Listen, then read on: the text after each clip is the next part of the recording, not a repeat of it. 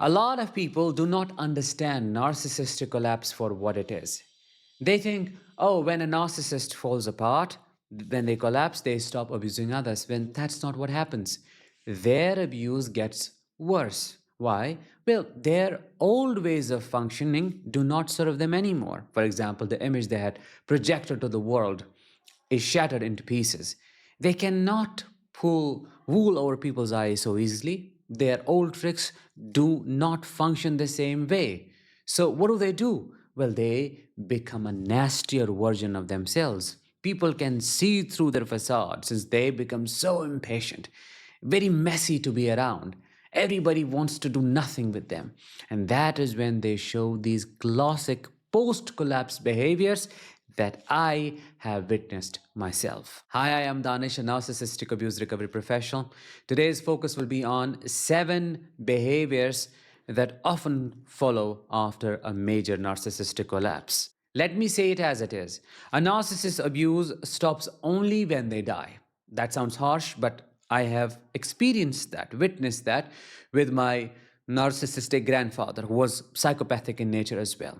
The older he got, the more difficult it became for his caretakers to deal with him. Behavior number 1, extreme isolation.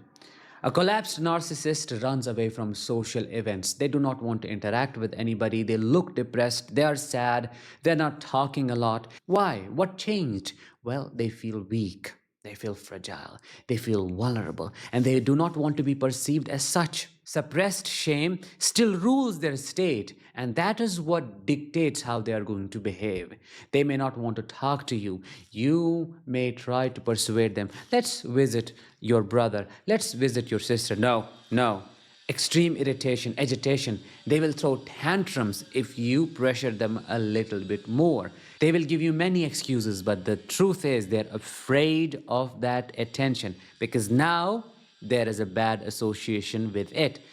Getting attention from others means being seen as this scared rat they have turned into.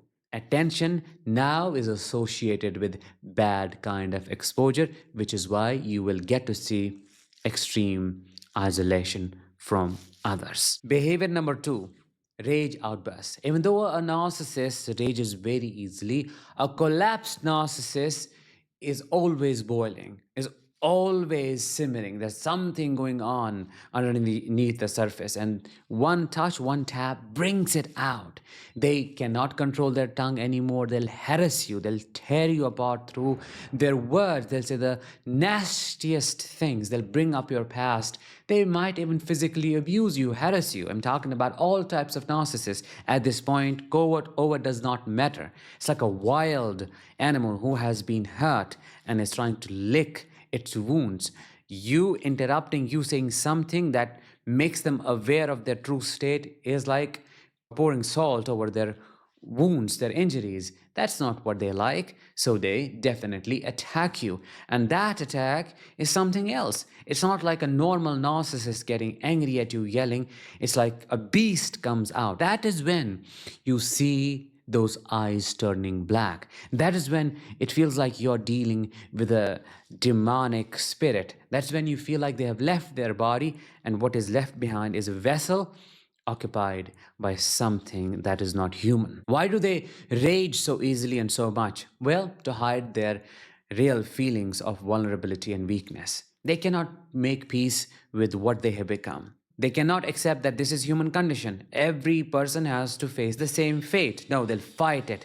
And as an attempt to re-establish control, they'll puff up, they'll get angry, they'll get loud, they will harass others, only to drive their caretakers away. Behavior number 3, playing the victim. It does not matter at this point what type of a narcissist you're dealing with. It could be overt, covert, grandiose, altruistic, this, that, and the other. All types of narcissists succumb to playing the victim. Why? Because they feel weak, they need support. And the easiest way to get it would be to make you feel sorry for them. Feel empathy for me. They will tell you stories about how they're struggling and this is not working for them, that is not working for them. The crazy thing is, they may lie about their caretakers. They'll say, oh, my doctor, Oh, my nurse, I don't know, probably they're poisoning me, because they're paranoid at this point, extremely paranoid. Please keep checking on me. I don't know who to trust. You're the only person. And they'll say the same thing to thousand other people. You're the only person. They become clingy at this point. My grandfather became clingy with me, but I was like, nope, I see through you. At the time, I was aware of what I was dealing with and who he was. Oh, you're the only person. They'll try to love on you, they'll try to get close to you.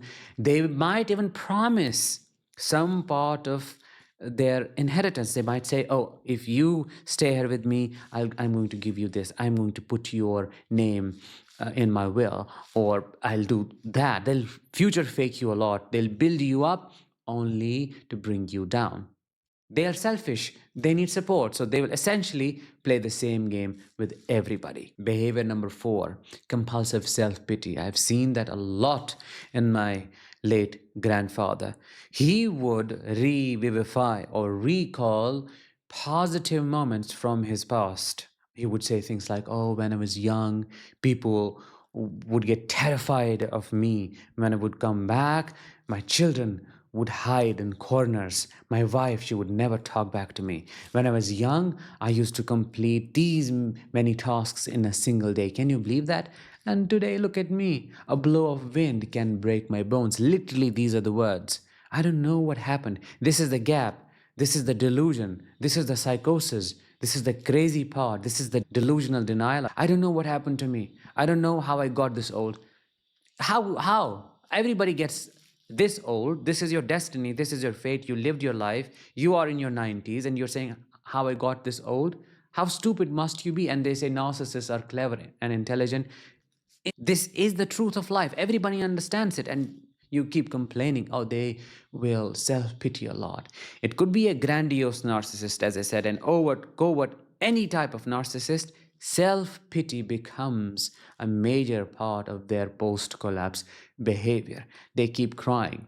The irony is the same narcissist would have hated your guts had you pitied on them in their youth. But now they want it. They want everybody to feel sorry for them so that their victimhood gets enabled and validated. Behavior number 5, obsessive focus on one event or one person.